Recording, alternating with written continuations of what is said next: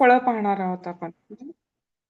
फळामध्ये आपण बघितलं होतं की मानव पहिल्याच्या काळी फळं किंवा कंदमुळंच खाऊन जगत होता.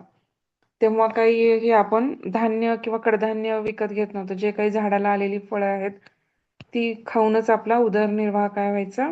त्यावेळेस आपण शेती करत नव्हतो. हळूहळू शेतीचा शोध लागला, आगीचा शोध लागला आणि मग आपण त्या गोष्टी पिकवायला लागलो. मग आपण त्या काळामध्ये आपण फक्त फळं, कंदमुळं आणि मांस किंवा शिकार करूनच प्राण्यांची आपण उदरनिर्वाह करत होतो. ऋषीमुनी तर प्रामुख्याने फलाहाराचंच जीवन जगत असत. तर हा फलाहार काय मानवाचा प्रामुख्याने मूळ आहार आहे. सात्विक आहार म्हणू शकतो आपण त्याला. हम्म तर फळांच्या आता फळांच्या मध्ये काय आहे की फळ खाणं का गरजेचं आहे तर त्याच्यामध्ये अनेक प्रकारचे पोषक घटक किंवा जीवनसत्व असतात. खनिज असतात, विटॅमिन्स असतात किंवा जीवनसत्व असतात. त्याच्यामुळे फळं खाणं प्रामुख्याने गरजेचं आहे. त्याच्यामध्ये साखर पण असते. फ्रुक्टोज नावाची साखर असते जी पिष्टमय पदार्थामध्ये म्हणजे फळांमध्ये जी साखर असते आपण तिला फ्रुक्टोज म्हणतो.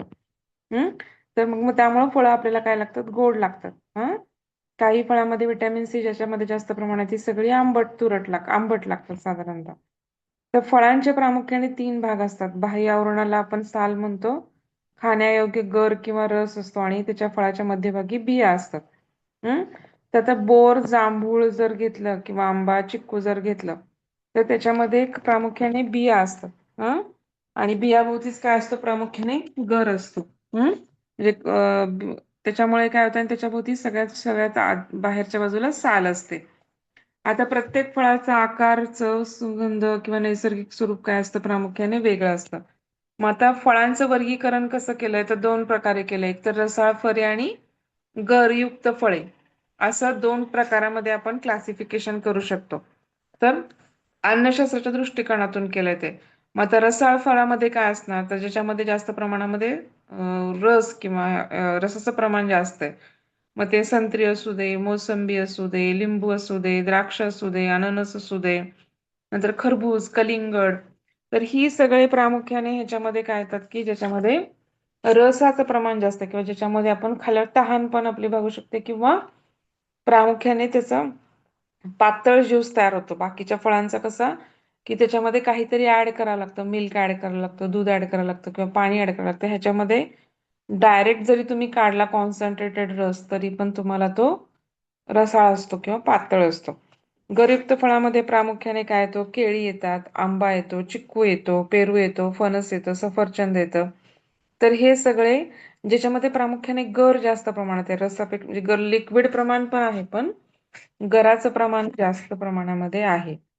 तर आता फळामध्ये प्रामुख्याने काय असतं की जो भाग आहे तो आतला गरयुक्त भाग आहे तो काय असतो, खाण्यायोग्य असतो.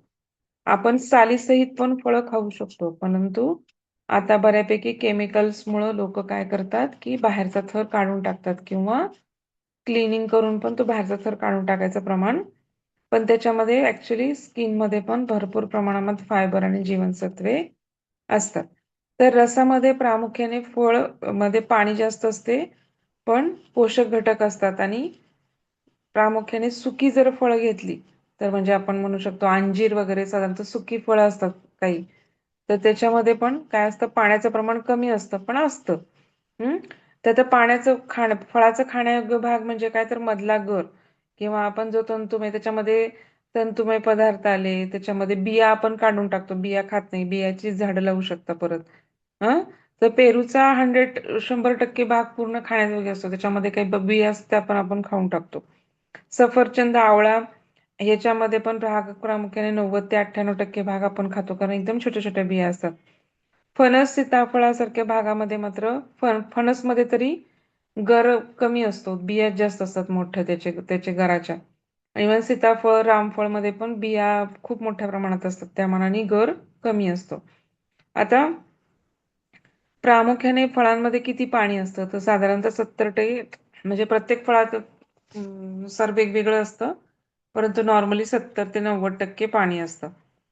कर्बोदक्यामध्ये काय असतं त्याच्यामध्ये फळामध्ये पिष्टमय पदार्थ मी तुम्हाला आता सांगितलं की फ्रुक्टोज नावाची साखर असते.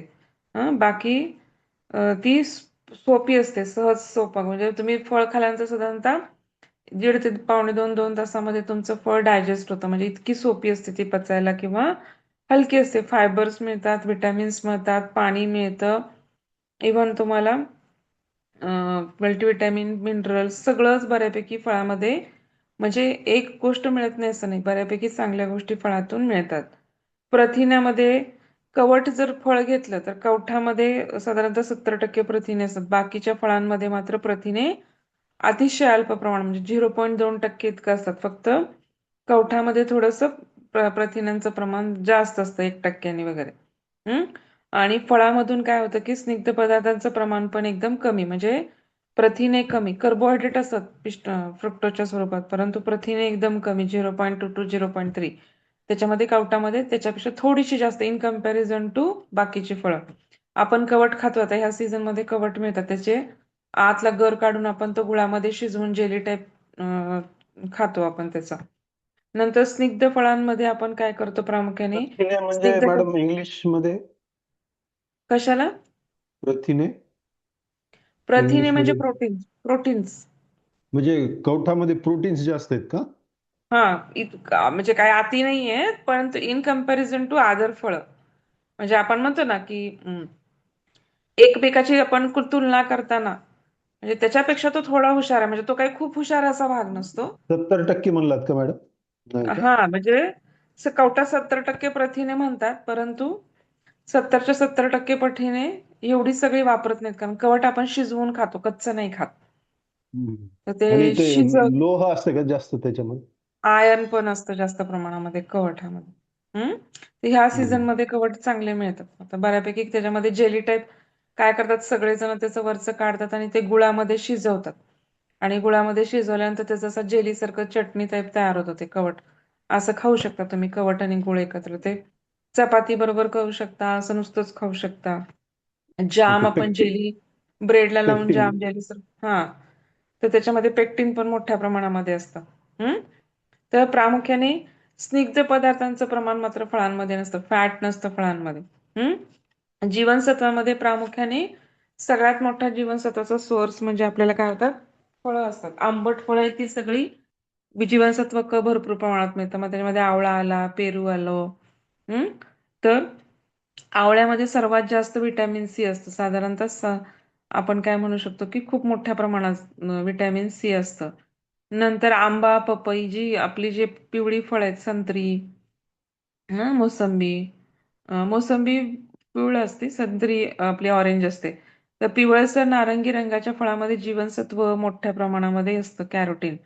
आंब्यामध्ये साधारणतः 100 ग्रॅम आंब्यामध्ये 2743 ग्रॅम इतकं काय असतं, कॅरोटीन असतं प्रामुख्याने. हम्म. नंतर क्षारामध्ये खनिज द्रव्य पण मिळतात, म्हणजे खारीक, मनुका, अंजीर ही जी सुकी फळं आहेत, हम्म, त्याच्यामध्ये लोह पण असतं, म्हणजे प्रामुख्याने. नंतर चिक्कूमध्ये पण लोह असतं. टरबुजामध्ये पण 7.9% किंवा 8% इतकं लोह आढळतं. हम्म. तर आता अ, फळांचं आपण बघितलं. आता आपण जर कच्चे फळ बघितलं, तर कच्च्या फळांमध्ये काय असतं की म्हणजे कसा फरक पडत जातो, म्हणजे कच्च्या फळांमध्ये प्रोटॉपॅक्टिन असतं. पिकलेल्या फळामध्ये पेक्टिन तयार होतं आणि अति पिकलेल्या फळामध्ये पेक्टिक आम्ल तयार होतं, लक्षात ठेवा. म्हणजे फळ पिकताना काय होतं की पिष्ट पदार्थांचे रूपांतर शर्करेत होते आणि फळ गोड लागते. म्हणजे फळ पिकताना काय होतं, त्याच्यामध्ये जे टॅनिन असतं, तर त्याचं प्रमाण कमी होऊन काय होतं की फळाची चव काय होते, बदलते. किंवा म्हणजे पहिल्यांदा अगदी राईप नसतं, अगदी कच्चं असतं, तेव्हा त्यामध्ये प्रोटोपॅक्टिन असतं. नंतर पिकलं की थोडंसं त्यामध्ये पेक्टिन त्यात, मग त्यामुळे पिकलेली फळं गोड लागतात. मग अति पिकलं तर मात्र त्याच्यामध्ये पेक्टिक आम्लामध्ये रूपांतर होतं. म्हणजे हे आपल्यामुळे त्यामुळे लक्षात येतं की आपल्याला का फळं गोड गोड लागत जातात जसं जास्त पिकेल तसं. हम्म. तर आता फळे टिकवण्यासाठी प्रामुख्याने काय केलं जातं की कोल्ड स्टोरेजचा वापर केला जातो. हा, तर साधारणतः फळे निवडताना काय करतात ते ना की थोडंसं लवकर कच्च्या ह्याच्यामध्ये काढलं जातं. त्याच्यानंतर प्रामुख्याने काय करायला लागतं त्यांना की, कारण फळ काढल्यानंतर पण फळाची श्वसन क्रिया चालूच असते. मग त्याला काय करावं लागतं, तापमान नियंत्रित ठेवावं लागतं. आणि त्याचं काय होतं, मेटाबॉलिक किंवा चयापचयाचा रेट कमी केला जातो थोडक्यात फळांचा. आणि त्याच्यामुळे काय होतं की बऱ्यापैकी ती फळं पक्व व्हायच्या म्हणजे एक आधी अवस्थेमध्ये काय होतं कोल्ड स्टोरेजमुळे काय होतं की त्यांच्यामध्ये मेटाबॉलिझम किंवा चयापचय क्रिया कमी झाली की आपोआपच काय होतं ती बऱ्यापैकी जास्त प्रमाणामध्ये टिकतात. काही फळं टिकवण्यासाठी त्याच्यावरती मेनाचा थर दिला जातो. वॅक्सिंग प्रक्रिया म्हणतो आपण त्याला. कारण मेण पसरवतात त्याच्यामुळे काय होतं की फळाची रंध्रे बंद होतात आणि फळातील पाणी बाहेर जाऊ शकत नाही आणि त्याच्यामुळे काय होतं की फळे सुकत नाहीत. साधारणतः सफरचंदावरती आपल्याला हा जास्त प्रमाणात लिंबावरती पण करतात. सफरचंद, लिंबू, संत्री, मोसंबीवरती पण आपल्याला त्याच्याने चमक पण येते आणि त्याच्याने छिद्र बंद होतात आणि आपोआप पाणी बाहेर पडत नाही आणि त्यामुळं फळं टिकायची काय होते की टिकवण्यासाठी या पद्धतीचा वापर केला जातो. म्हणून आपण काय म्हणतो की फळं मॅडम, थोडेसे केळीमध्ये काय असतं? मला नाही. केळीमध्ये का अ केळीमध्ये काय असतं म्हणजे कोणतं? मला नाही. म्हणजे विटॅमिन्स किंवा काय म्हणजे नेमकं केळी मेन सगळ्यात म्हणजे काय? केळी मेन पोटॅशियम जे मिनरल पोटॅशियम आहे त्याचा सगळ्यात मोठा सोर्स म्हणजे केळी आहे. अं केळीमध्ये साधारणतः पाणी असतं ते 70% 70 ग्रॅम पाणी असतं साधारणतः. तंतुमय पदार्थामध्ये 0.4 ग्रॅम इतके तंतुमय पदार्थ असतात. हम्म कर्बोदके सगळ्यात जास्त प्रमाणामध्ये केळीने पटकन काय होते एनर्जी मिळते 27.2 आणि ग्रॅम कर्बोदके म्हणजे 116 किलो कॅलरीज आपल्याला मिळतात साधारणतः. कॅल्शियम असतं ते 17 मिलीग्रॅम असतं. लोह असतं ते 0.9 मिलीग्रॅम. कॅरोटीन असतं ते 78 मिलीग्रॅम. नंतर क्षारामध्ये साधारणतः पोटॅशियम मॅग्नेशियम जास्त म्हणून कुणी काय म्हटलं का? नाही ठीक आहे. मिनरल मध्ये सगळ्यात अ, हं? केळीमुळं वजन वाढतं का? हो केळीमुळे वजन वाढतं. वेट गेन होतं केळीमुळं. तुम्ही कुठल्या वेळेस खाता ते महत्वाचं आहे. म्हणजे आता समजा तुम्ही सकाळी उठल्यानंतर काही न खाता नुसतं केळ खाल्लं त्याच्याबरोबर ब्रेकफास्ट नाही केला मग केळ खाऊन एक 3-4 तासांनी तुम्ही दुसरं काही खाल्लं तर तुमचं वेट गेन नाही होत शक्यतो. पण तुम्ही नाश्ता पण करताय मग त्याच्याबरोबर एक केळ पण खाताय म्हणजे कार्बोहायड्रेटचा ऑलरेडी तुम्ही पोहे उपीट असा काहीतरी नाश्ता घेताय मग त्याच्याबरोबर परत केळ केळ पण खाताय असं बरेच जण करतात. तर तसं नाही करायचंय आपल्याला. तर साधारणतः आपल्याला वेट गेन करणाऱ्या सगळ्या लोकांना केळ चांगलं असतं. मग केळ कुठल्या वेळेस खाता आणि कसं खाता त्याच्यावर पण तुमचं वेट गेन होणार का नाही अवलंबून असतं. शक्यतो तुम्ही फळं खाताना त्याच्यावर दुसरं काही खाऊ नका. एक त्याच्यामध्ये 2-2.5 तासाचा गॅप ठेवा. म्हणजे आता तुम्ही सकाळी सकाळी उठल्या उठल्या आपण जर फळं खाल्ली की उठल्या उठल्या केळ खाल्लं समजा तुम्ही की त्याच्यानंतर त्याच्यावर पपई खाल्ली काही पण खावा. पण मग 2-2.5 तासाचा 3 तासाचा गॅप कारण 2-2.5 तासामध्ये फळं बऱ्यापैकी डायजेस्ट होऊन त्याचे लागते किंवा शुगर मग आपापच ती वापरून कंट्रोलमध्ये येते आणि मग नंतर तुम्ही थोड्या वेळाने खाऊ शकता. पण केळ पण खाता आणि इतर पदार्थ मग कार्बोहायड्रेट किंवा त्याचं काय होतं की खूप मोठ्या प्रमाणामध्ये लोड होतो. म्हणजे इव्हन चिक्कू म्हणा जी काही सगळी गोड पदार्थ आहेत त्याच्याने वजन वाढणार आंब्याने वजन वाढणार चिक्कूनी वजन वाढणार केळीनी वजन वाढणार आंब्याच्या रसामध्ये तुमचं वजन वाढतं. ऑलरेडी तुम्ही आंबा गोड असतो त्याच्यामध्ये परत शुगर टाकता रसामध्ये त्याच्यामुळे पण वेट गेन होतं. इव्हन चिक्कू नुसता खाणारे लोक लय कमी त्याचा ज्यूस बनवून पितात लोक त्याच्यात परत साखर टाकतात. त्याच्यामुळे पण वेट गेन होतं असं पण चिक्कूनी पण वेट गेन होतं. फक्त वेट गेन न होणारी फळं म्हणजे संत्री मोसंबी पेरू डाळिंब तर ह्याच्याने नाही पण बाकी जेवढी काही फळं खरबुजानी पण नाही वेट गेन होत कलिंगडाने नाही होत वेट गेन पपईनी पण वेट गेन होत नाही परंतु जी गोड फळं आहेत म्हणजे जी आंबा चिक्कू आणि केळी तर पायनॅपल पण नाही ना? पायनॅपलनी पण नाही वेट गेन होत सफरचंदानी पण वेट गेन होत नाही. हं पण फक्त केळी साखर टाकून आपण ज्यूस केला की मग वेट गेन झालं मग. अजूनच वेट गेन होतं मग अजून खूप मोठ्या प्रमाणात वेट गेन होतं. असं पण ऑलरेडी फळं ही चिक्कू किंवा हे काय असतात गोड असतात चिक्कू केळ आंबा हे सगळ्यात जास्त गोड फळ आहेत. आपल्याकडे हे फळं खाण्याचं गोड फळं खाण्याचं प्रमाण जास्त आहे. बाकीच्या देशामध्ये आंबट फळं जास्त खाल्ली जातात त्यांच्याकडची फळं असतात ती बऱ्यापैकी आंबट फळं जास्त वापरतात ते लोक. आपल्याकडे गोड नसलं तर आपण खात पण नाही. किती आंबट आहे करून आपण खाऊच शकत नाही. तर फक्त एवढं लक्षात ठेवा की तर कधी कधी ह्याच्यावरती वॅक्स म्हणजे कोल्ड स्टोरेज फळं असू शकतात. कोल्ड स्टोरेज फळामध्ये तुम्ही ऍक्च्युली थोड्या प्रमाणामध्ये कोल्ड स्टोरेज फळं केल्यानंतर त्याच्यामधले विटॅमिन्स मिनरल्स नाहीसे होतात. कारण फ्रेश फळामध्ये असणारी क्वांटिटी न्यूट्रिएंट्सची आणि कोल्ड स्टोरेजच्या फळामध्ये असणारी क्वांटिटीमध्ये डिफरन्स पडतो. ते बऱ्यापैकी त्याच्यामध्ये प्रोटीन न्यूट्रिशन्स थोडे थोडे कमी होत जातात जसं जसं वेळ जाईल तस तसा. तर दुसरी गोष्ट मॅडम ते वॅक्सिन. कोल्ड स्टोरेज मध्ये जे आहे फळं पिकवण्यासाठी नायट्रोजन गॅसचा वापर करतात ना? नायट्रोजन गॅसचा वापर आता तर इथं ते इथिलीन आणि इथर पण वापरतात ना, केळासाठी तर खूप वापरतात. त्याच्यामुळे तर तुम्हाला केमिकल्स खूप मोठ्या प्रमाणात आता बाहेरच्या देशामध्ये कुठलं पण केमिकल फळामध्ये किंवा वनस्पतीमध्ये ट्रॅप होतं आणि ते ट्रॅप झालेलं ते काही बाहेर पडत नसतं. ते ट्रॅप होतच. म्हणजे सिक्कीम आपल्या अख्ख्या भारतामध्ये सिक्कीम एकच राज्य असं आहे की जिथं एकही फर्टिलायझर म्हणजे केमिकल फर्टिलायझर नाही, केमिकल पेस्टिसाइड्स वापरले जात नाही. फक्त सिक्कीम असं एकच राज्य आहे जिथं सगळं ऑर्गॅनिक मिळतं. नाहीतर आपल्या ओके. सगळ्या भारतामध्ये बाकीच्या ठिकाणी खूप मोठ्या प्रमाणात फर्टिलायझर्स, खूप मोठ्या प्रमाणात पेस्टिसाइड्स, खूप आता फर्टिलायझर वापरल्यामध्ये पण केमिकल फर्टिलायझर्स वापरतात. मग त्याचं पण ऍक्च्युली प्रमाण असतं. आता ते इथर वगैरे ते असतात काहीतरी ते 1 मिली इथर म्हणजे मी बघितलेलं बरं का, मी डोळ्यांनी बघितलेलं आहे. कच्ची केळं असतात ना ते मोठेच्या मोठे घड कापतात. दोरीने कापतात असं खटा खटा वरती अडकवले असतात लोखंडाच्या रॉडला आणि एक माणूस कापत असतो, एक माणूस फटकन पुढे ढकलतो आणि बॅरलमध्ये ते काहीतरी इथरचं सोल्युशन काहीतरी क्वांटिटीमध्ये 1 ml ला काहीतरी का पूर्ण अख्खा बॅरल का 10 ml ला अख्खा बॅरल पूर्ण भरलेला असतो त्या पाण्यामध्ये आणि ते बुडवतात, भस्कन बुडवतात आणि मग ते पुढं फेकतात. भस्कन बुडवतात, पुढं फेकतात. मग थोडक्यात ते केमिकलमध्ये बुडवतात, त्याच्यामुळे रायपनिंग होतं. मग अफगाणिस्तानमध्ये वगैरे मग करतात. पाकिस्तान, हा तर तिथं ह्याचं काही अनालिसिस होत नाही.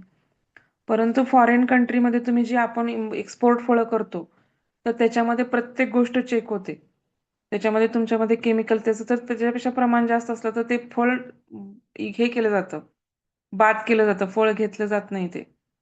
आपल्याकडे भारतामध्ये अजून ती पद्धत नाही की म्हणजे असं, कारण गव्हर्नमेंट काही जाऊन बघत नाही ना. तुम्ही बाजारात फळं विकायला आणल्यानंतर गव्हर्नमेंटच्या अंडरहून जात नाहीत ती फळं. ती सगळी फळं डायरेक्ट शेतकऱ्याकडनं येतात. मग ते शेतकरी काय फर्टिलायझर वापरतो पीक टिकवण्यासाठी, जर कीड लागली तर त्याला खूप मोठ्या प्रमाणात फर्टिलायझर, तुम्हाला काय कळणार आहे त्याच्यातून? मग तुम्ही सुंदर दिसणारी सगळी फळं घेता आणि बरोबर सुंदर दिसणारी फळं ऍक्च्युली जर बघायला गेलं तर त्याच्यामध्ये खूप मोठ्या प्रमाणामध्ये केमिकल्स, पेस्टिसाइड, म्हणून तर मग आपल्याला आता डिसीजेस जास्त प्रमाणात होत आहेत. पूर्वीच्या काळच्या लोकांची कपॅसिटी म्हणा, त्यांचं खाणं म्हणा किंवा त्यांची काम करण्याची शक्ती म्हणा आपल्यापेक्षा जास्त का होती, किंवा आपल्याला आजारांचं प्रमाण का वाढलंय आता? तर सगळ्याच गोष्टी आहेत, काही एकच गोष्ट नाहीये. स्ट्रेस वाढला, स्ट्रेस त्या काळात पण होताच, स्ट्रेस नव्हता असातला भाग नाहीये. पण त्या स्ट्रेसला तुमची करायची रिॲक्ट व्हायची कपॅसिटी म्हणा किंवा आता हे खाण्याचा प्रकार म्हणा किंवा किंवा जंक फूड नव्हतं त्या काळामध्ये, बाहेर खायचं प्रमाण कमी होतं. मोठ्या प्रमाणामध्ये जॉईंट फॅमिलीज होत्या. जॉईंट फॅमिली असल्या की ताण कमी होतो. 2-4 गोष्टी एकत्र केल्या जातात. त्याचे निगेटिव्ह, पॉझिटिव्ह दोन्ही इम्पॅक्ट आहेत. परंतु कुठली पण गोष्ट डिवाइड होते. एकत्र असलं की एकटेपणा येत नाही. आता न्यूक्लिअर फॅमिलीमुळे एकटेपणा खूप वाढत चाललाय. 2-2च मुलं होती. मग मुलांना वाढवायचा स्ट्रेस, तसं नव्हतं जॉईंट फॅमिलीमध्ये. कोण ना कोणतरी मुलांना खेळवत राहायचं, कोण ना कोणतरी उचलत राहायचं, कोण ना कोणतरी सांभाळत राहायचं. मग एकट्या लेडीजवर स्ट्रेस येत नव्हता किंवा एकट्या ह्याच्यावर मुलं कधी मोठी व्हायची हे पण कळायचं नाही. हं? पण म्हणजे सगळ्या गोष्टी किंवा काम पण डिवाइड होतात, कामाचा स्ट्रेस पण कमी होतो. इकॉनॉमिकली पण सगळेजण कमवत असतात, 5-6 जण फॅमिलीतल्या हेडच्या हाताखाली. मग निर्णय घेणारा जरी हेड असला तरी खालची 5-6 लोकांचे आणि दुसऱ्या मोठ्या माणसाचं बघून छोटी मुलं शिकत जातात. अजून म्हणजे असं सगळं एकाहून एक एकाहून एक फायदे. तसं आता तसं तो काळ राहिला नाही. म्हणजे प्रत्येकाचे तोटे फायदे आहेत, पण फायदेच जास्त होते, तोटे कमीच होते. हं? तर आता हे आपण बघितलं फळं. हं? मॅडम, फळं हा. खाण्याची योग्य वेळ कोणती आहे? म्हणजे रात्रीच्या वेळी फळं खाऊ नये असं म्हणतात, ते खरं आहे का? म्हणजे हो खाऊ हो, नयेत का रात्रीच्या रात्रीचे? कारण रात्रीच्या वेळी फळं खाऊ नये म्हणजे कारण रात्रीचा काळ हा साधारणतः म्हणजे आपण म्हणतो की कफ फळाने कफ पण होतो. हं? तर आता संध्याकाळी रात्रीच्या वेळेस खरं वाताचं आधिक्य 6 नंतर थोडं म्हणजे 6 ते 9 नंतर साधारणतः 8-9 नंतर रात्री वाताचं आधिक्य पण त्याच्या आधी साधारणतः कफाचं आधिक्य असतं थोड्या प्रमाणामध्ये. तर त्यामुळे मग तुम्ही जर फळं खाल्ली तर कफ व्हायचं प्रमाण जास्त प्रमाणात असतं. आणि फळं पण राजसिक आहारामध्ये फळं येतात. फळांनी कफ होतो. तर त्याच्यामुळं मग शक्यतो आपण काय म्हणतो की संध्याकाळच्या वेळी फळं खाऊ नका. एक तर तुम्ही असं करू शकता की 10च्या आसपास तुम्ही म्हणजे 2 जेवणाच्या मध्ये पण म्हणजे जेवताना पण नाहीत खायची फळं. कारण फळांना डायजेस्ट व्हायला लागणारा वेळ आणि अन्नाला डायजेस्ट व्हायला लागणारा वेळ वेगळा आहे.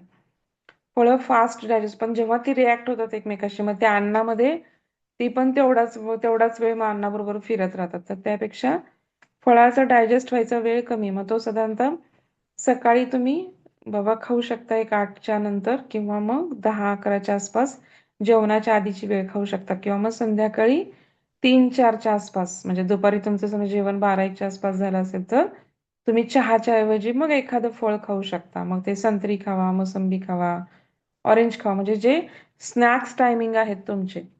हं? की साधारणतः समजा तुम्हाला मध्ये आधी जी भूक लागते की बाबा सकाळच्या नाश्त्यानंतर दुपारच्या जेवणाच्या मध्ये समजा तुम्हाला एखादी भूक लागत असेल मग त्याच्यामध्ये तुम्ही एखादं फळ खावा. हं?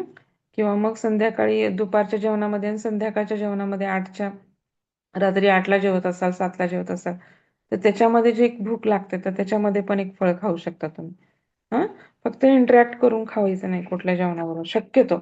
अगदीच नाईलाज असेल त्यावेळेस काही हरकत नाही. आणि दूध आणि फळं पण एकत्र करून खायची नाहीत.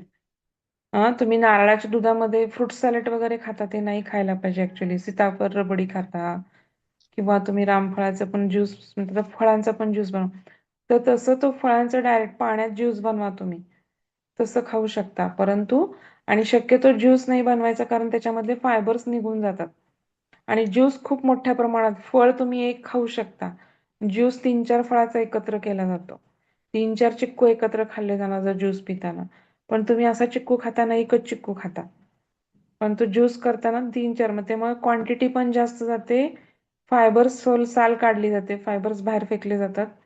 संत्री मोसंबीच्या पण सगळा चोथा बाहेर फेकला जातो. चीनमध्ये तर त्या चोथा जे हाताने काढतात. कारण मशीनली काढायला गेलं की त्या चोथ्याची क्वालिटी खराब होते. म्हणजे चीनमध्ये तो चोथा म्हणजे अक्षरशः हजारो ग्रॅम किंवा किलोग्रॅम विकला जातो. तर ते फायबर असतात ना वरचे संत्री मोसंबीचे असे पांढरे पांढरे तंतू ते हाताने वेगळे करतात. ते धुतात थोडेसे पाण्याने मग वाळवतात उन्हामध्ये थोडंसं. उन्हामध्ये वाळवून ते ते चोथा मिक्स फायबर पावडर म्हणून ते विकतात लोक. जे आपण चोथा किंवा आता हे हर्बल लाईफला पण वगैरे फायबर तुम्हाला जर त्या शेक पिऊन पण भूक लागत असेल तर ते फायबरचा डब्बा देतात. तर ते फायबरच्या डब्याने काय होतं ते फायबर पोटात जातात आणि फुगतात. फुगलं की ते स्लगिश होतात सगळ्या मुवमेंट्स आपोआपच आणि पोट फुगून राहतं. आणि पोटातली सगळी जागा ते चोथा पाणी शोषून घेऊन फुगतो. आणि मग तुम्हाला भूक लागत नाही किंवा भूक कमी लागते. हं? आणि मग त्या फायबरमुळे तुम्हाला भूक कमी लागते. मग तसं आणि त्यामुळं मग ते तसं विकलं जातं. तर ते त्यामुळे आपण म्हणजे संत्री मोसंबी काढताना तर तो चोथा सगळाच बाहेर पडतो. तर त्यामुळे तो बाहेर न टाकता चावून खाल्लं तर ते फायबर्स आपल्या तोंडात जातात. मॅडम, तुम्ही जसं हं, आता उल्लेख केला हं, की जसं हे हर्बल लाईफ किंवा इतर कुठले ॲम्वे वगैरे आहेत, हे हं, प्रोटीन पावडर किंवा असं बरंच काय काय विकतात. हं. ते शरीराला फायदा होतो का? म्हणजे ॲक्च्युअली ते तसं आहे का म्हणजे काय म्हणते? पहिली गोष्ट म्हणजे फायदा होतो म्हणजे ते काय करतात तर ते पूर्णपणे तुमचं सकाळचा नाश्ता आणि संध्याकाळचं जेवण बंद करतात. आता तुम्ही साधारणतः सकाळच्या नाश्त्यामध्ये 350-300 आता आपला जर इंडियन नाश्ता बघितला तर तो बऱ्यापैकी कार्बोहायड्रेट रिच नाश्ता आहे. कार्बोहायड्रेट रिच नाश्ता म्हणजे काय तर आपण असं खातो ते म्हणजे पोहे. पोहे काय तर भाताचा चपटा प्रकार. मग त्याच्यामध्ये पण कार्बोहायड्रेटच मोठ्या प्रमाणात असतात. मग तुम्ही जर पोहे बनवताना त्याच्यामध्ये वाटाणा घातला, टोमॅटो घातला, कांदा घातला, फ्रेंच बीन्स घातले आणि पोहे थोड्याच प्रमाणात घेतले. तर म्हणजे ते भाज्यांचं प्रमाण जास्त केलं. म्हणजे तुम्ही कांदा घाला, टोमॅटो घाला, वाटाणा घाला, कढीपाला घाला. मग त्याच्यामुळे काय होतं की भाज्या किंवा बीन्स घाला. मग त्याच्यामुळे काय होतं की ते भाज्या पण मिळतात आणि थोड्या प्रमाणात पोट पण लवकर गच्च होतं. म्हणजे जास्त प्रमाणामध्ये पोहे त्या ह्याच्यामध्ये खाल्ले जातात त्याच्यामध्ये. इव्हन उपीट करताना पण तुम्ही थोड्या प्रमाणात म्हणजे वाटाणा, शेंगदाणे, टोमॅटो, बीन्स, त्याच्यानंतर उडदाची डाळ, थोडी मुगाची डाळ चमच्याभर तेलामध्ये. तर त्याच्यामध्ये काय होतं की मग तुम्हाला थोड्या प्रमाणामध्ये तेवढं खाल्लं तरी पोट भरलं जातं किंवा त्याच्याबरोबर भाज्या पण गेल्या जातात. मग आपला इंडियन नाश्ता हा प्रामुख्याने काय असतो की कार्बोहायड्रेट रिच असतो. म्हणजे तुम्ही शिरा खाता, साबुदाणा खाता किंवा मग तुम्ही हे खाता, आपलं साबुदाणा म्हणजे त्यात मोठ्या प्रमाणात साखर आली. कारण ते उपवासाला साबुदाणा का चालू केला गेला की उपवासाला तुम्ही फास्टिंग असतात साधारणतः, तर तुम्हाला शुगर मिळाली. साबुदाण्यातून मोठ्या प्रमाणामध्ये शुगर रिलीज होते. 300 मिलीग्राम ते 400 मिलीग्राम शुगर एकदम रिलीज होते. आणि मग तुम्हाला चक्कर येणार नाही किंवा काय येणार नाही म्हणून साबुदाणा आपल्या उपवासामध्ये इन्क्लूड केला. पण लोक 2, 3, 4 वेळा किंवा 2-2 प्लेट, 3-3 प्लेट ते किती खायचं असतो? प्रमाणात खायचं असतो. हम्म. तर साधारणतः बाबा आपल्या मुठीत बसेल एवढं आपण त्यावेळेस नाश्त्याला खायचं साधारणतः. हा, आपल्या मुठीत आपली मूठ जेवढी आहे तेवढं बसेल एवढंच नाश्ता करायचा. हा, मग त्याच्यामध्ये तुम्ही मग ते असं त्याच्यानंतर लोक ते चहा पितात अजून परत. मग त्याच्यामध्ये 2 चमचे साखर असते. मग त्याच्यामध्ये मग अजून 150-200 म्हणजे असं. मग ते काय करतात, साधारणतः तुमचा नाश्ता आणि जेवण बंद केलं की जेवणाच्या 500 कॅलरीज, नाश्त्याच्या 300 कॅलरीज, 800 कॅलरीज तुमच्या इथं कट डाऊन झाल्या. आणि तुम्हाला समजा 800 कॅलरीज कट डाऊन झाल्या म्हणजे तुम्हाला ज्यूसमधनं किती, शेकमधनं किती मिळतात? सकाळी 200 कॅलरीज, संध्याकाळी 200 कॅलरीज, म्हणजे 400 कॅलरीचा डेफिशियंट येतो. मग 400 ते 500 कॅलरीचं साधारणतः तुम्ही एक्सरसाइज पण करता त्यांच्याबरोबर. मग तो 150-200 कॅलरीचा डेफिशियंट म्हणजे असा साधारणतः 600 कॅलरीचा जर डेली डेफिशियंट आला, तर जर तुम्ही महिन्याकाठी बघितलं तर 18,000 कॅलरीचा डेफिशियंट येतो. 18,000 कॅलरीज म्हणजे साधारणतः 1 किलोला तुम्हाला साधारणतः 3,500 ते 4,000 कॅलरीज बर्न कराव्या लागतात. मग तुमच्या 18,000 कॅलरीज म्हणजे तुम्हीच काढा आता. हं? साहित्रिका 18,000, साहित्रिका 18 म्हणू शकत नाही. 3,500-4,000 कॅलरीज म्हणजे 4 2 8 4 त्रिकोण 12 4 6 म्हणजे 3.5 ते 4 किलो वेट लॉस तुमचं साधारणतः महिन्याला होतो. ते कॅलरीज कट डाऊन करतात ते मेन. त्यांचा पण उपयोग लॉंग टर्म एका साठी किलोला आपण ते किती नाही मॅडम? फॉलो करू शकत ना मॅडम? आता ते विचार करा की डाएट कसं असायला पाहिजे की ते तुम्ही लाईफ लॉंग लॉंग तुम्ही ते हा लाईफ, ज्यांना अगदी 100 किलो 125 किलो वेट आहे, ज्यांना ते म्हणजे कंट्रोल करणं किंवा हे करणं अवघड आहे, अशा लोकांना थोड्या वेळासाठी तुम्ही त्याचा सपोर्ट घेऊ शकता. नाही असं नाही. त्याच्यानंतर सपोर्ट घेतल्यानंतर पण तुम्ही हळूहळू कट डाऊन करायचं तुम्हाला. मग तुम्ही सकाळचा नाश्ता बाबा, मग तुम्ही थोडेसे मूग मटकी मोड आलेली कडधान्य घ्या. हा, किंवा मग ते शेक बंद करून मग संध्याकाळचा शेक फक्त चालू राहू द्या. मग संध्याकाळच्या वेळेस तुम्ही अगदी हलका आहार घ्या. म्हणजे की बाबा जो पोट भरेल मग तो थोडेसे तुम्ही हे घेऊ शकता की बाबा फुटाणे, शेंगदाणे किंवा मग खिचडी. खिचडीमध्ये पण खूप मोठ्या प्रमाणात भाज्या आणि डाळ, मुगाची डाळ जास्त, तांदूळ कमी प्रमाणामध्ये. तर असं मुख्य सूप घ्यायचे छोटे छोटे. भोपळ्याचं सूप घ्या, अख्ख्या मुगाचं सूप घ्या, टोमॅटोचं सूप घ्या, पालकचं सूप घ्या. असं थोडंसं चेंज करून करून किंवा मग नाहीतर मग थोडा हळूहळू काय करायचं की सॅलेड जास्त प्रमाणात घ्यायचं आणि अर्धी भाकरी किंवा भाजी खायची मग. हम्म. मॅडम, म्हणजे अ, हा. आणखी एक सकाळचा विचारायचं नाश्ता होतं. घेऊन सकाळचा जर नाश्ता आपण हेवी घेतला तर हम्म. दुपारचं जेवण आपण स्किप केलं आणि संध्याकाळी जर 6च्या आत जेवलो तरी हम्म. पण वेट चांगल्या प्रकारे आपण मेंटेन करू शकतो. म्हणजे जेवणच हो कंपल्सरी ना. दुपारचं हवं असं नाहीये. असं म्हणजे मेंटेन करू शकतो. फक्त ज्यांना सिव्हिअर ऍसिडिटीचा त्रास आहे, ज्यांना खूप मोठ्या प्रमाणामध्ये हेडेक होतो, अशा लोकांनी मात्र मग दुपारच्या वेळेस मध्ये तुम्ही ताक घेऊ शकता, बटरमिल्क घेऊ शकता किंवा एखादा टोमॅटो घेऊ शकता किंवा मग विदाऊट शुगर कॉफी किंवा तुम्ही टी पण घेऊ शकता. म्हणजे अगदीच तुम्हाला कंट्रोल होत नसेल तर. पण मॅडम ते शक्यतो आणखी एक बटर. विचारायचं होतं मॅडम. दुधाबरोबर फळं घेणे योग्य नाही असं जे तुम्ही म्हणालात मगाशी, किंवा आपण सहसा वापरत नाही ते विरोधी अन्न म्हणून. मग ते सीताफळ रबडी वगैरे बनवतात. मग ते चालतं का? नाही, खाल्लं नाही पाहिजे. नाही खायला विरुद्ध आहे पाहिजे? नाही. नाही खायला पाहिजे. सीताफळ रबडी नाही खायला पाहिजे. इव्हन हे पण नाही खायला पाहिजे. नुसतं रामफळाची रबडी पण करतात. इव्हन आपण पण चिक्कू मिल्कशेक वगैरे किंवा जे पितो दुधामध्ये घालून, सफरचंदाचा पण मिल्कशेक नाही, दुधामध्ये नाही. असतो. नाही नाही. प्यायला पाहिजे ते. हं? आणि तुम्ही आणखी एक नारळाच्या विचार, आयुर्वेद हे सांगतं की फळासोबत कुठलंच दूध नाही घ्यायला पाहिजे, पण आंबा आणि केळी सोबत चालतं. ते खरं आहे का? केळीसोबत पण नाही चालत. आंब्यासोबत तुम्ही एखाद्या वेळेस दूध घेऊ शकता, हा पण हा. शक्यतो नाहीच घ्यायला पाहिजे. म्हणजे इव्हन केळी आणि आंब्यासोबत पण नाही घ्यायला पाहिजे. महाराष्ट्रामध्ये शक्यतो ग्रामीण भागामध्ये बऱ्यापैकी ते शिकरण हा प्रकार केळीचा चालतो ना मोठ्या प्रमाणात. दूध आणि केळ बरेच जण खातात, पण नाही खायला. बर. दूध आणि केळ पण विरुद्धान नाही. दूध आणि केळ पण नाही खायचं. हम्म तर शक्यतो मॅडम, 1 किलोला 3,500 ते 4,000 कॅलरीज हे करावं लागते का बर्न? साधारणतः 3,500 ते 4,000 कॅलरीज बर्न करायला लागतात 1 किलो वेट लॉस व्हायला. 1 किलो वेट लॉस म्हणण्यापेक्षा फॅट लॉस म्हणू आपण. कारण फॅट. अं, त्याच्यामध्ये अजून बऱ्याच गोष्टी असतात. म्हणजे तुम्हाला लक्षात आलं का की पहिल्या 10 दिवसात ते आपल्याला दाखवतात की 1 किलो कमी झालं, 2 किलो कमी. त्यावेळेस आपल्याला प्रोटीन पचत नाहीत. त्याच्यामध्ये डिहायड्रेशन, लूज स्टूल्स होतात आणि त्याच्यामध्ये पाणी पण कमी होतं. आता तुमचा वेट लॉस कसाही होऊ शकतो. मग तो वेट लॉस हा ऍक्च्युली चांगल्या पद्धतीने फक्त फॅट लॉस झाला पाहिजे. म्हणजे कधी कधी असं पण होतं की तुम्ही जिमला जाताय आणि तुमचं वेट काही कमी होत नाही, पण तुमचे इंचेस कमी होतात. तर इंचेस कमी होतात म्हणजे तुमचे स्नायू बनायला लागतात. तुमचं वेट तर कमी होत नाही, पण मसल्स बनायला लागतात, तुमचे इंचेस कमी होतात. ते चांगली गोष्ट आहे. तर वेटच्या ह्याच्यामध्ये बघायचं नाही आपलं कॅलरीज. कधी पण लक्षात ठेवा की तर तुमचं साधारणतः आपल्या बॉडीचे इंचेस कमी मसल होत आहेत. वेट. मसल वेट पण पाहिजे, डिहायड्रेशन नाही झालं पाहिजे. कारण डिहायड्रेशन झालं तरी वेट कमी होतं. तर म्हणजे आणि ते एक मॅडम तुम्ही चांगलं एक दुसरा एक सांगितलं, ते कसं मुगाचं सूप वगैरे काहीतरी सांगितलं. अख्खे मूग आहेत ना आपले, अख्खे मूग आपण कुकरला लावतो ना, तर हम्म. ते साधारणतः आपण काय करू शकतो की मिक्सरमधनं थोडेसे ग्राइंड किंवा बॉसमधनं काढू शकतो. त्याच्यामध्ये काय करू शकतो, त्याला तूप, जिरे, हळद, मीठ, लसणाची फोडणी देऊ शकतो आपण. मुगाची उसळ करतो त्याच्याऐवजी हे अख्ख्या मुगाचं सूप बनवायचं आपण.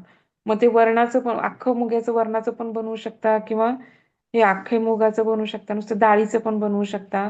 इव्हन तुम्ही डाळ, टोमॅटो, गाजर हं, हे एकत्र मिक्स करून तुम्ही लसणाची फोडणी देऊन बनवू शकता. असं मिक्स अँड मॅच करू शकता. नुसतं भोपळा, काशी भोपळ्याला गोड लागेल, पण साधा हिरवा भोपळा असतो ना आपला मोठा लांब, तर हम्म. त्या भोपळ्याचं बनवू शकता. त्या भोपळ्यामध्ये थोडी मुगाची डाळ टाकू शकता किंवा टोमॅटो, गाजर, वाटाणा, कोबी, त्याच्यामध्ये थोडंसं तुम्हाला लयच अगदी टेस्टला काही लसणाची फोडणी घालून त्याचं, किंवा आपण व्हेजिटेबल स्टॉक म्हणतो की ह्या सगळ्या भाज्यांना काय करायचं की त्याचं पाणी काढतात. म्हणजे साधारणतः थोडंसं गरम करून, असं पण ते पाणी काढण्यापेक्षा माझं तर म्हणणं असतं की त्या सरळ स्मॅश करायच्या भाज्या.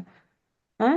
आणि नाही स्मॅश केला तर इतक्या बारीक बारीक बारीक बारीक मोळायच्या की त्या पाण्यामध्ये शिजवल्यावर त्याच्यामध्ये थोडंसं तूप, जिरे, मीठ आणि लसणाची फोडणी दिली तरी ते छान लागतं आणि पोट गच्च भरल्याचं फिलिंग येतं. कारण वॉटर इनटेक पण होतो, फायबर्स पण जातात आणि एनर्जी किंवा कॅलरीज खूप कमी प्रमाणामध्ये मिळतात. हम्म तर मग मी तुम्ही माझं वेगवेगळ्या ठिकाणी. स्वतःच ना मॅडम 5 महिन्यामध्ये हे घरचं अन्न, फळं खाणं, वॉकिंग आणि योगा एवढं करून 13 किलो वजन कमी केलं. अरे वा. कुठली स्किन लूज पडली नाही किंवा कुठली डेफिशियन्सी क्रिएट झाली नाही. उलट छोटे छोटे जे प्रॉब्लेम होत होते, अल्सर्स वगैरे, हे सगळे क्लिअर झाले. अरे वा, खूपच छान. खूपच आणि मस्त. ऑक्टोबर, नोव्हेंबर, डिसेंबर आता जवळपास 4 महिने झाले. म्हणजे ह्या 4 महिन्यामध्ये असं झालं की मला मेंटेन करणं झालं नाही. थोडा प्रवास वगैरे जास्त झाला. पण तरीही फक्त मी जेवणाच्या वेळा पाळणं किंवा आता समजा लेट नाईट झालीये तर त्यावेळेला जेवण स्किप करणं, सूप घेणं असे प्रकार केले. आणि बरंच बाहेरचं खाणंही झालं, पण वेट गेन झालं नाही परत. म्हणजे ऍटलीस्ट 71 होतं मागच्या एप्रिलमध्ये माझं. तर ऑक्टोबर, हो, सप्टेंबर एंडिंगला 58 वर आलं होतं. आता अरे वा, 58 खूपच 59 छान. मध्येच आहे मी. खूपच खूपच छान. खरंच छान. म्हणजे इन्स्पिरेशन घेण्यासारखं आहे. सोपं नाहीये 5 महिने आणि त्याला खूप कन्सिस्टन्सी आणि संयम लागतो. 13 किलो वेट लॉस म्हणजे खूपच छान. हं तर आता आपण ह्याच्यामध्ये कुणाला काही अडचण आहे का आता? नाही नाही पुढचं मॅडम. चालू कर. आता हो आपण हो. दूध आणि दुधाचे पदार्थ बघू. तर आता सगळ्यांना माहिती आहे की साधारणतः आपण गाय आणि म्हशीचं दूध बघतो. मग काही ठिकाणी शेळीचं पण दूध वापरतात. काही ठिकाणी आता तिकडं उत्तर भागामध्ये याकचं दूध पण वापरतात. हं? आणि आता तर अलीकडे लोक आल्मंडचं दूध, सोयाबीनचं दूध, असले काय काय काय काय काय काय वेगवेगळे प्रकार दुधाचे पितात. आता ते काय तर ते काही म्हणजे सांगण्याची गोष्टच नाही. हा तर प्रामुख्याने आता शाकाहारी लोकांसाठी दूध काय आहे? उच्च प्रतीचं अन्न किंवा महत्वपूर्ण अन्न आपण असं म्हणू शकतो. कारण लहान मुलांना तर दूध हे पूर्णान्नच असल्यासारखं आहे. दुधामध्ये जर लोह आणि जीवनसत्व क सोडलं तर बाकी बऱ्यापैकी सगळे पोषक घटक मोठ्या प्रमाणामध्ये आढळतात. हं? तर प्रामुख्याने काय होतं की दुधामध्ये आता पोषक घटकामध्ये पाणी हा प्रामुख्याने मोठा घटक असतो. म्हणजे 81% पाणी असतं दुधामध्ये. त्याच्यानंतर 3 ते 4% काय असतात? प्रथिने असतात. दुधामध्ये कुठली कुठली प्रथिने असतात? तर केसिन आणि लॅक्टोअल्ब्युमिन किंवा लॅक्टोग्लोबिलिन ही प्रथिने असतात. लक्षात घ्या.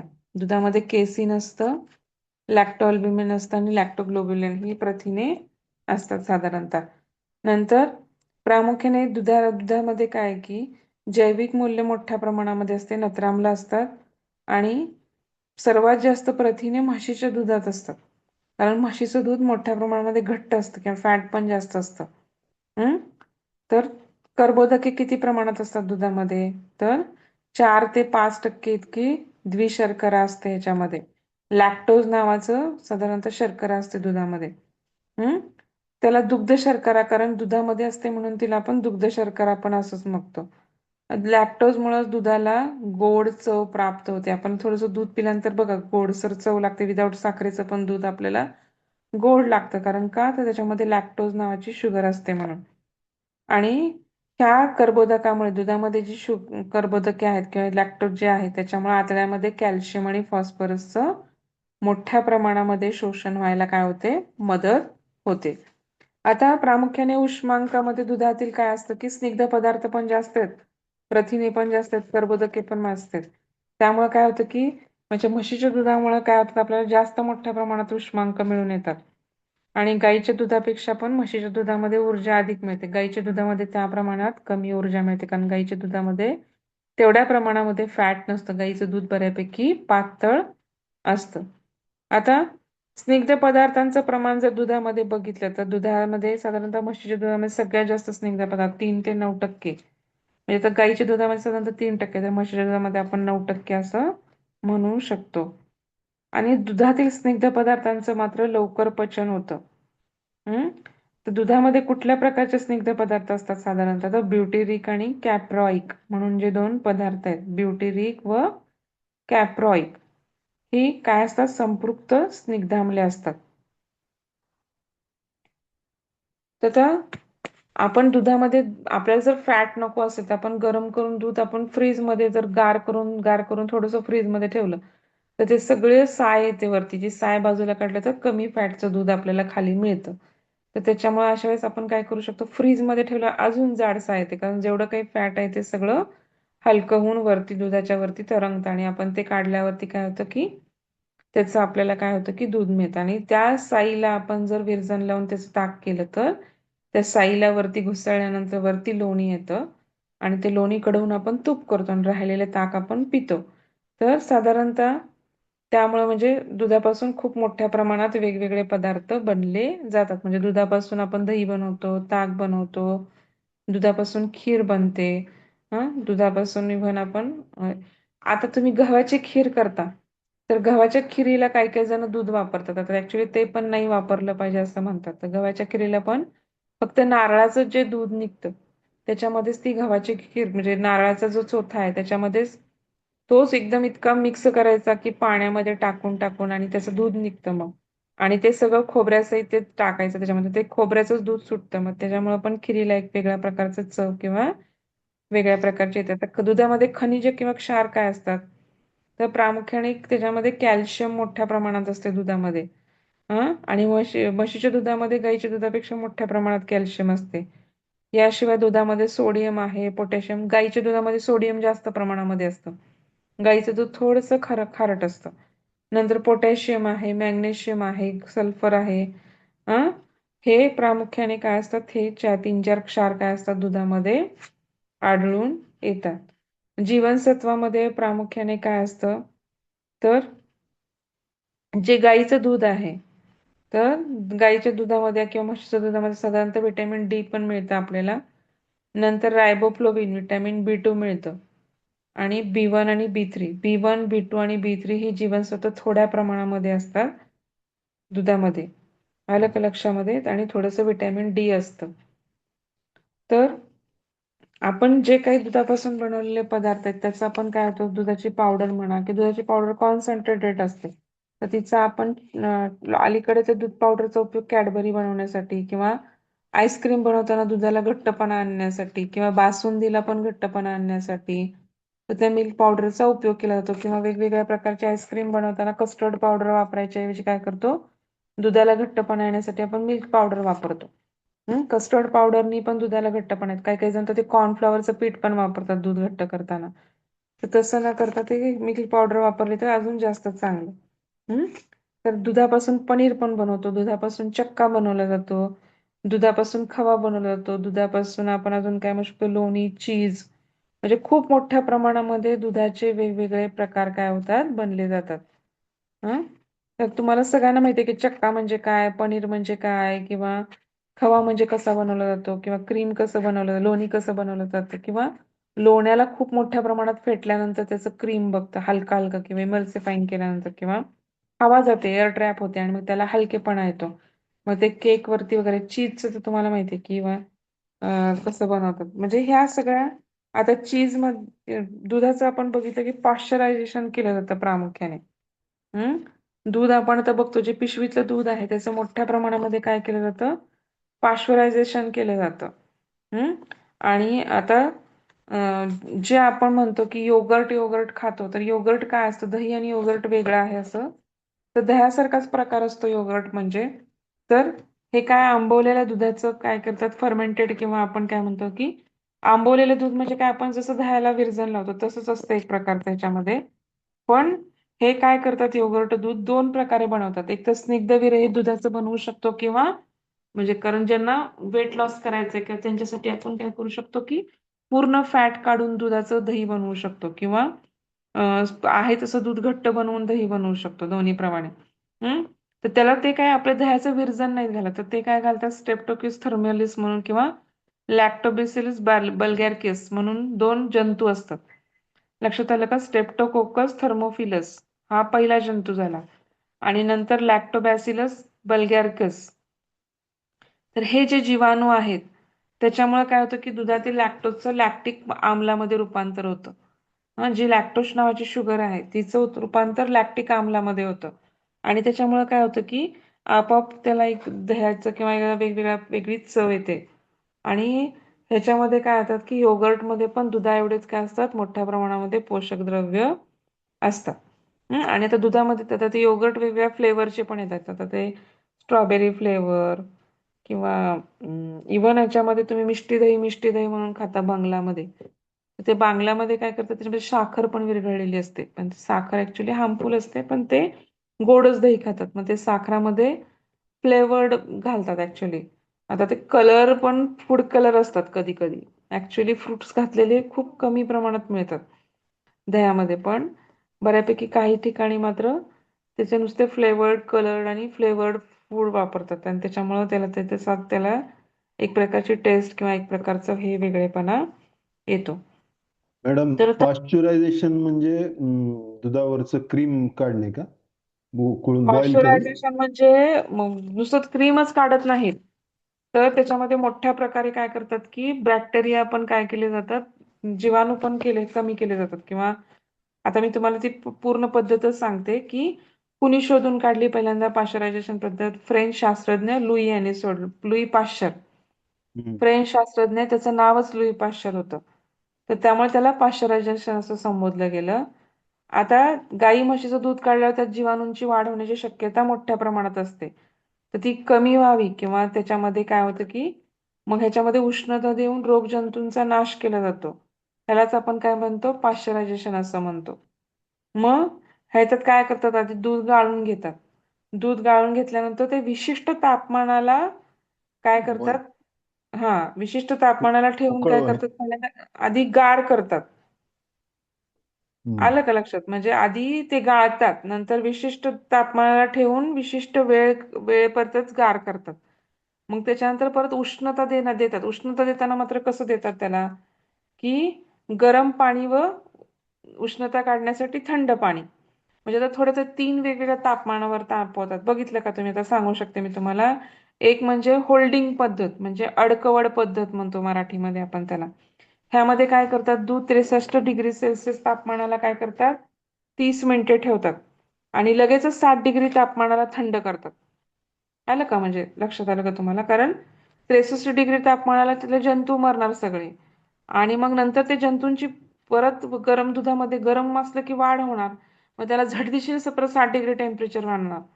मग त्याच्यामुळे काय होतं की ते दूध पण थंड राहणार आणि जंतूंची परत वाढ त्याच्यामध्ये होणार नाही. म्हणजे आपण परत आणलेलं दूध पण फ्रीजमध्ये ठेवतो, असं बाहेर इकडे तिकडे ठेवत नाही, तिथं दुकानात पण फ्रीजमध्येच असतं. आलं का लक्षात? नंतर high temperature short time method, म्हणजे याच्यामध्ये काय केलं जातं की यात दूध 71 डिग्री सेल्सिअस तापमानाला अवघे 15 सेकंद ठेवलं जातं.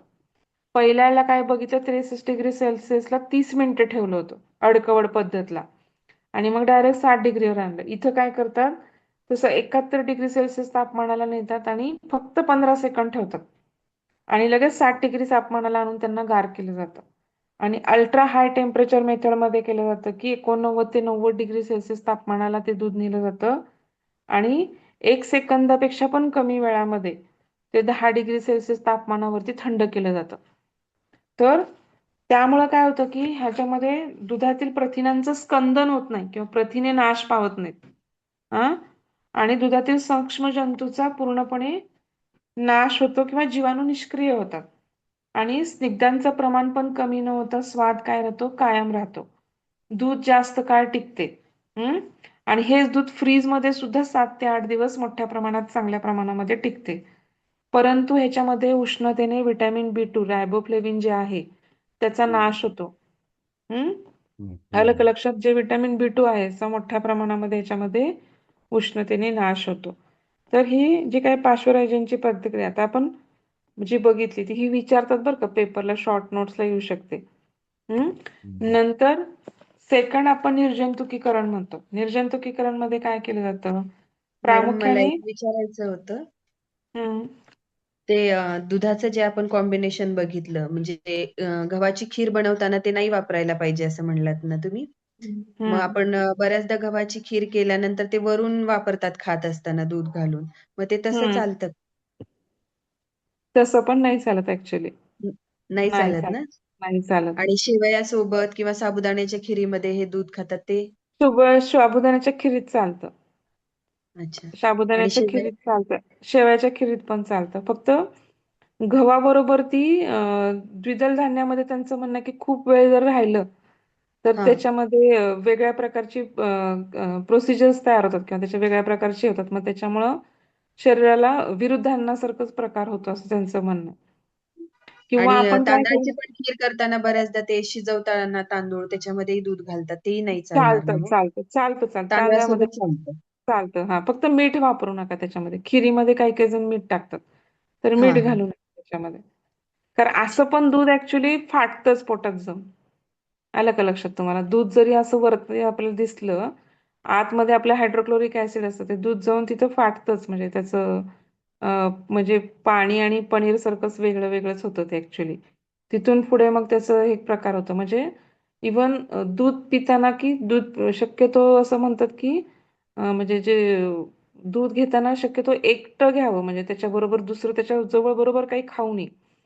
साधारणतः दूध घेताना की दूध घेतल्यानंतर ते त्याच्या पुढं किंवा त्याच्या मागं काही खाऊ नये आपण, असं म्हणतात ऍक्च्युली. तेवढं शक्य नाही होत, पण ठीक आहे. आपण काही खीर रोज खात नाही.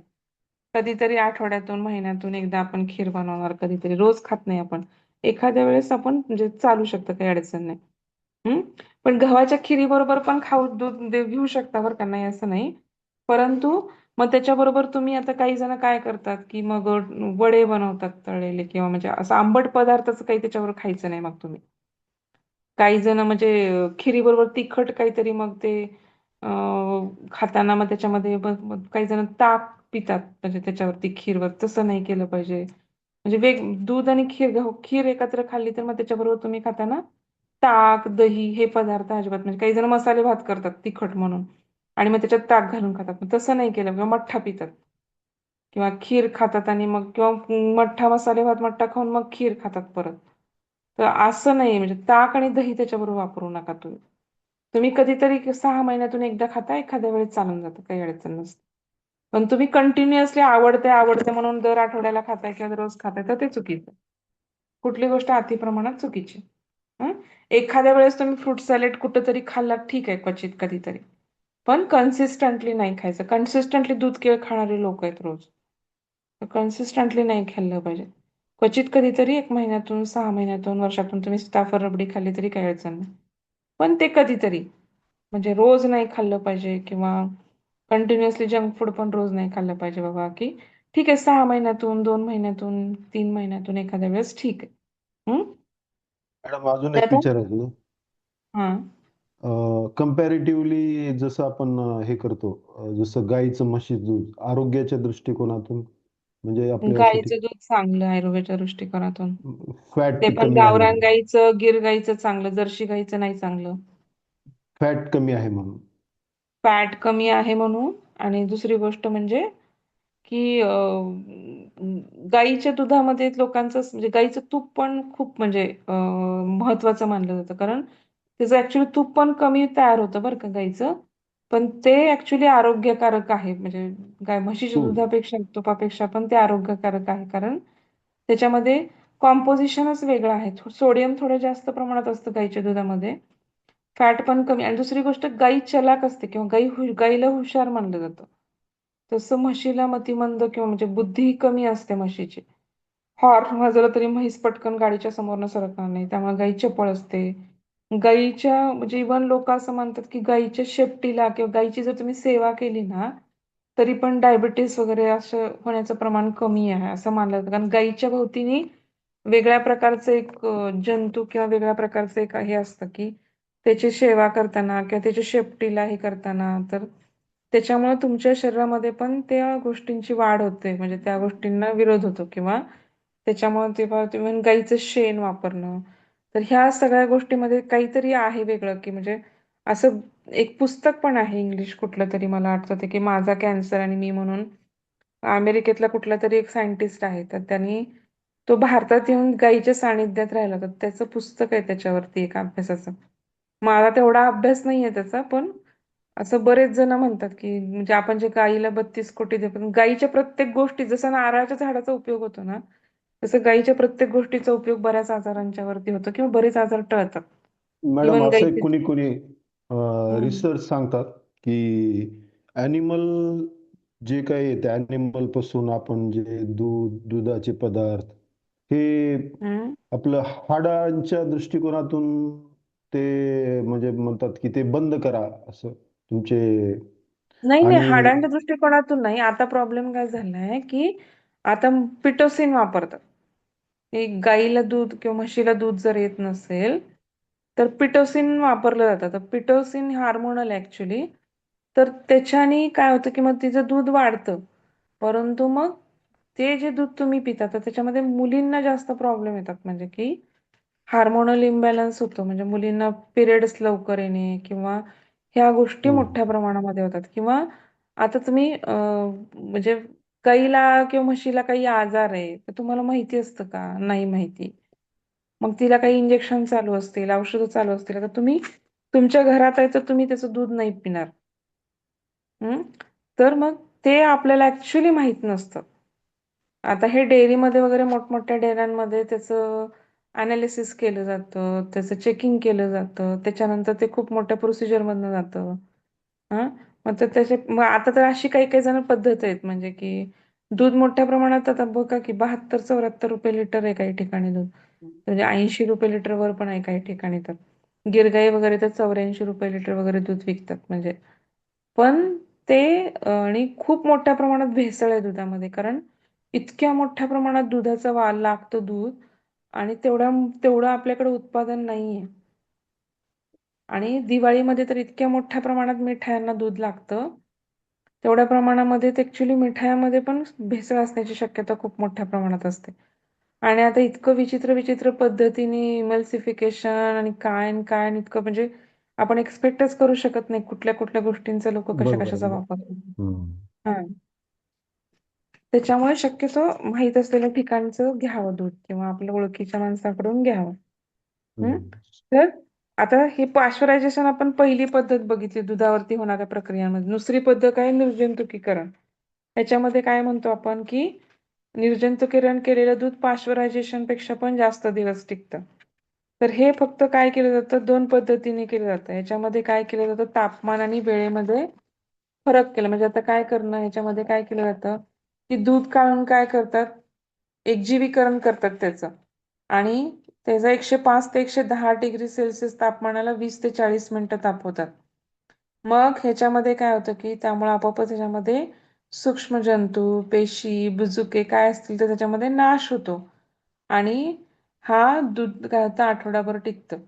पण ह्या दुधाला एक प्रकारचा विशिष्ट वास असतो किंवा दुधाला तांबूस रंग येतो आणि प्रथिने साकळल्याने पण दूध दाट होते आणि जीवनसत्व ब चा पूर्णपणे नाश होतो. हं? तर प्रामुख्याने याच्यामध्ये 105 ते 110 डिग्री सेल्सिअस तापमानाला 20 ते 40 मिनिटं दूध तापवतात.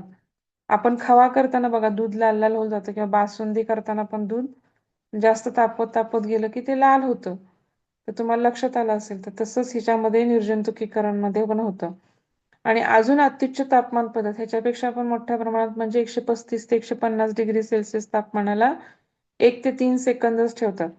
आणि हे निर्जंतुक पिशव्यामध्ये किंवा बाटल्यांमध्ये भरून हवाबंद डब्यामध्ये ठेवतात. म्हणजे याच्यामध्ये एअरचा अजिबातच कॉन्टॅक्ट येत नाही. आणि ही अशी पिशवी काय होऊ शकते, 6 महिन्यापर्यंत टिकू शकते साधारणतः. हा पण उच्च तापमानात तापल्यामुळे काय होतं की याच्यातील सगळ्या जंतूंचा नाश होतो. पण दुधाच्या रंग वरती म्हणजे पहिल्या ह्याच्यामध्ये कसं दुधाच्या रंगावरती परिणाम झाला होता, चवीमध्ये परिणाम झाला होता, तसं इथं मात्र त्या अत्युच्च तापमान पद्धतीमध्ये रंगात किंवा चवीमध्ये बदल होत नाही. कारण का तर फक्त 1 ते 3 सेकंदच तापवलं जातं त्याच्यामुळे.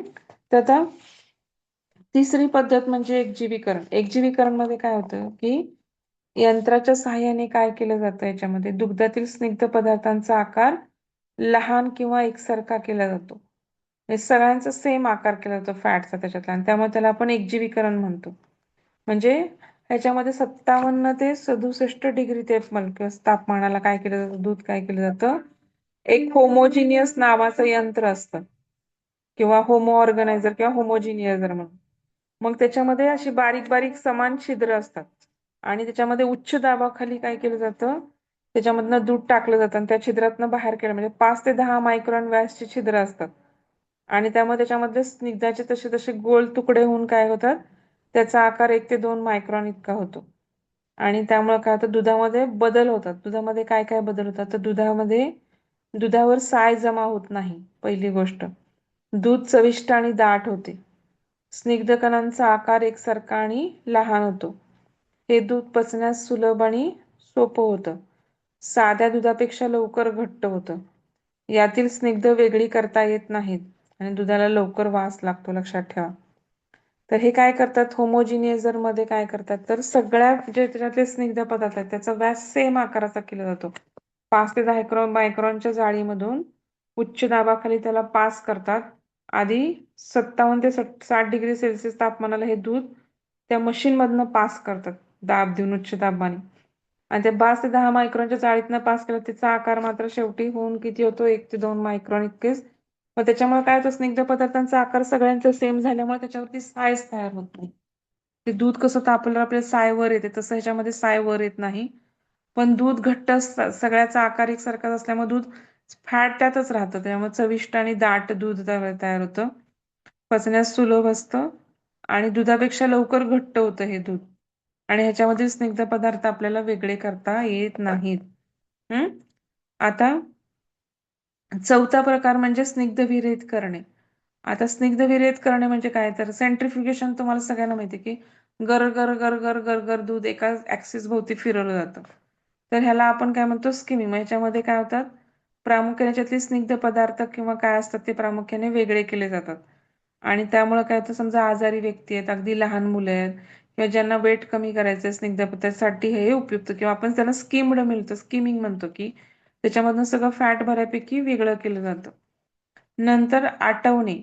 आता खवा करताना आपण दूध आटवतो, तर मग याच्यामध्ये काय केलं जातं, पाण्याचं प्रमाण बऱ्याच अंशी कमी केलं जातं. त्यामुळं साठवण काळ पण ह्याचा वाढतो. याचे 2 प्रकार आहेत. एक म्हणजे बाष्पीभवन करायचं दुधाचं बाष्पीभवन करायचं म्हणजे काय करायचं की बाष्पीभवनानं पाणी प्रामुख्याने कमी करतात त्याच्यामध्ये. म्हणजे प्रथम दूध काढून घेतात, मग 74 ते 70 डिग्री तापमानाला तापवतात आणि परत काय करतात, एकजीवीकरण करतात. आपण जी पहिली प्रतिक्रिया बघितली ती एकजीवीकरण करणे, म्हणजे ते यंत्राच्या साहाय्याने त्याचा मायक्रॉनमध्ये व्यास कमी करणे आणि परत 108 डिग्री सेल्सिअस तापमानाला तापवायचं आणि परत 5 मिनिटे निर्जंतुक करायचं आणि परत ते दूध लगेच हवाबंद डब्यामध्ये भरायचं. म्हणजे आता हे इव्हॅपोरेटेड मिल्क किंवा बाष्पीकरण म्हणायचं. लक्षात आलं का तुम्हाला?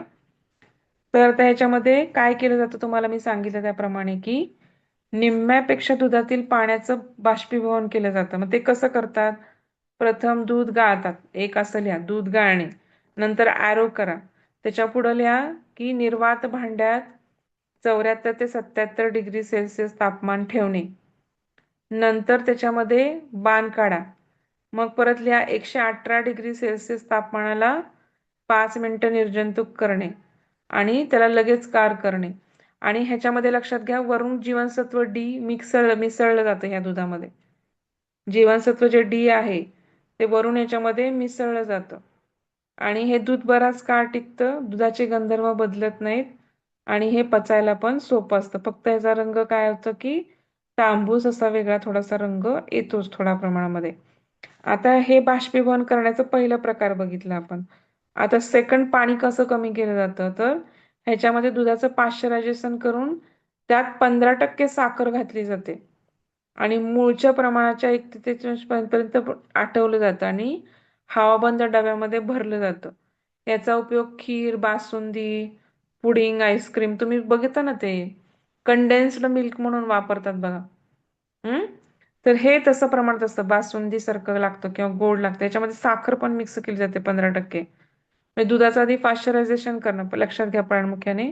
संगणन किंवा घट्ट केलेले दूध, तर दुधाचं पाश्चरायझेशन, मग परत बाण, 15% साखर घालून नंतर खाली परत बाण, मूळ प्रमाणाच्या 1/3 होईपर्यंत आटवणे आणि मग हवाबंद डब्यामध्ये भरणे आणि ह्याचा उपयोग खीर, बासुंदी, पुडिंग, आईस्क्रीम यासारख्या गोड पदार्थासाठी आटवलेले दूध वापरतात. कारण त्याला घट्टपणा आणण्यासाठी हे दूध वापरलं जातं. म्हणजे इव्हन केकमध्ये वापरतात.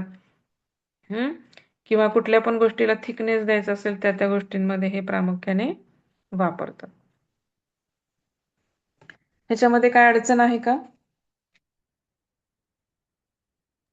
नाही मॅडम. नाही नाही ना? मॅडम, नाही. आता पुढचा प्रकारामध्ये आपल्याला अंडी आणि मांस मासे येईल आणि मग हा प्रमाण संपेल. मग आपल्याला मग त्याच्यामध्ये मला वाटतं फक्त आता आपल्याला की ICMR नी सांगितलेल्या ह्या गोष्टी राहिल्यात आणि कुठले भांडी वापरायची, कुठली भांडी वापरायची नाही तो एक भाग राहिलाय आपला. आणि त्याच्यानंतर BMI बॉडी मास इंडेक्स एक राहिलंय आपलं, कसं काढायचं म्हणजे बॉडी मास इंडेक्स काढायचा कसा किंवा BMI नुसार काय करणं किंवा काय.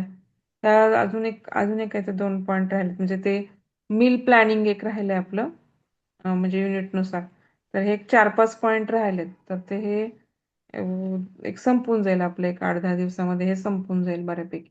हम्म काही अडचण नाही आहे. हम्म चालेल. ओके. थांबते थँक्यू मी मॅडम. आता. हा वेलकम. थँक्यू.